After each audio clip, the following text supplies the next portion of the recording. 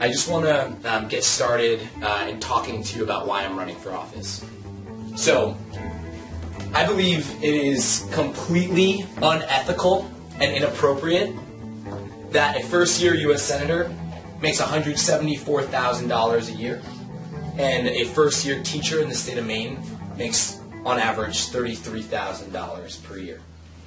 I believe it is completely unethical and inappropriate that the average U.S. Senate campaign in America takes in over $250,000 in dark money from super PACs, which have come by way of a Citizens United decision which benefits only billionaires and big corporations, not people like us and small businesses. And I am running because I have seen and we have seen that all the things that we cherish as a society, things that we believe in, whether it's healthcare and universal access to healthcare, whether it is tax cuts, whether it is childhood health insurance programs, these things are not being taken seriously by Congress, and we know the reason why. I think we can say once and for all that we know the reason why. And the reason is that our U.S. Senate campaigns and our congressional campaigns are being funded by dark money, by corporations and PACs, and these corporations and these ultra-wealthy folks are controlling policy on every level, and we're running because we believe we need to usher in a new era of public servants who will become our leaders in Washington. Teachers, firefighters, veterans, people who have grown up working class, people who understand what it's like to live in Bangor or Brewer or Rangeley, who get what it means to have a family that is affected by these tax cuts and who are affected by the fact that we are not Congress is... Does anyone know about childhood health insurance program? Does anyone know about this? CHIP? Yeah. CHIP is a program that has always had bipartisan support. It has always had bipartisan support because it basically means that children who don't have access to health care can have access. 9 million of them in this country. And right now, we are a month away from health care being slashed for 9 million 0 to 18-year-olds in this country. Mm-hmm. So I just want to be clear that we are running because we need to usher in a new era of politicians and of those who are not influenced. And so what we have said as a campaign and what we are living up to is that we're not taking a single penny from corporations or from PACs. Because we believe that in order to actually change this, we need to walk the talk, do the right thing, hold our standards not to hear, but to hear, so that people can actually be represented once and for all. So I want to tell you a little bit about myself. And so, graduating from Columbia, I went and I taught in America's public schools. And I saw that the people who need it the most were given the least. And I saw that our schools were slowly, unfortunately, not becoming the great equalizer that public schools can be. And so my wife and I started doing this pen pal program. We actually started a pen pal program from our classrooms to my mother-in-law's classroom in Rangeley, Maine. And that program that we started grew to over 5,000 schools.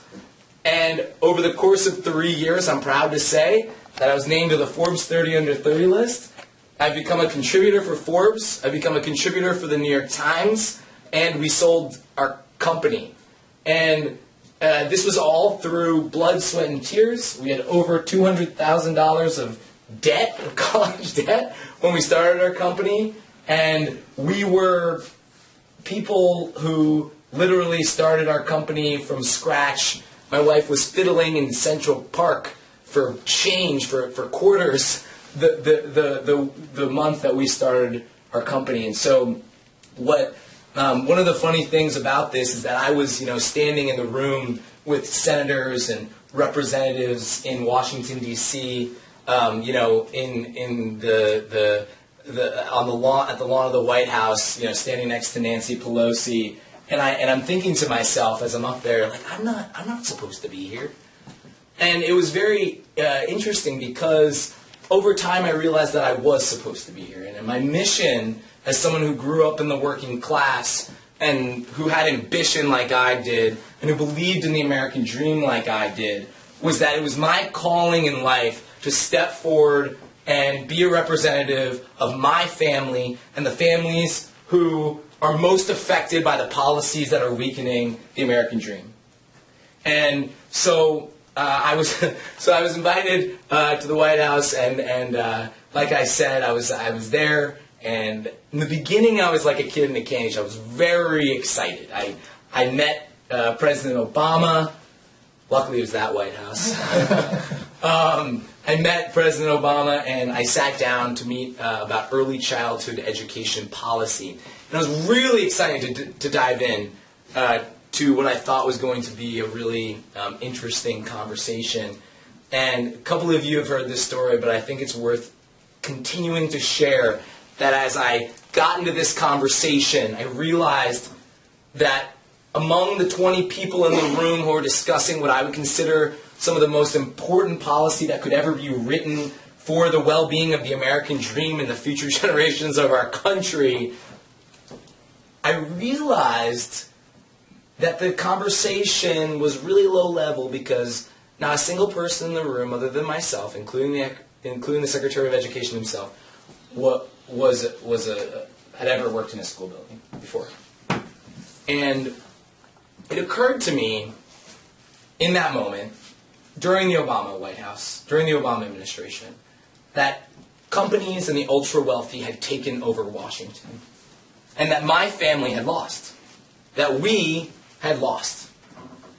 And I'm not going to let us lose, because I don't believe that America needs to be that way. I don't believe that's what our founding fathers intended, and I don't believe that is what the America that I love and that my brother fights for every day as a member of the armed services is fighting for. And I believe that we the people need to take back our country. We the people need to ask not what the country can do for us, but what we can do for the country. And I believe that we, the people, deserve more from our government. And I believe that we, the people, can get what we want if we actually elect people who aren't on the bench of billionaires, but are people who are actually public servants and are willing to step up for our democracy. And so that's why I'm stepping up. And I, have taught a lot of, amazing children. I have seen the American dream in their eyes, their love of country, their patriotism, the way that hope just literally takes over who they are. And I believe that we can give every child an equal opportunity. I have been so blessed. I have been blessed to grow up in a family that, believes in things that are not seen. They believe in things that can be, not the things that are. I believe that we need to re-inspire a new generation of people who believe in those things. And I believe that we can be a lot better than we are right now.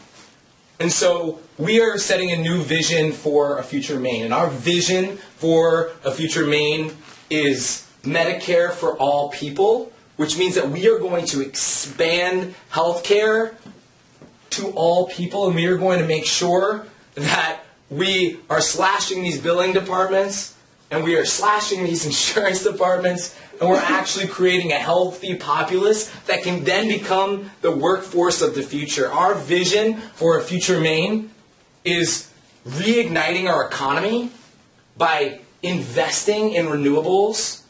We have a program that we've come up with. It's very similar to the Peace Corps or AmeriCorps, but it's called Prosperity Corps, where Maine natives and Maine college graduates can go out to rural areas and reignite the economy through investment and through entrepreneurship, and by actually, getting inspired and actually having a place to live.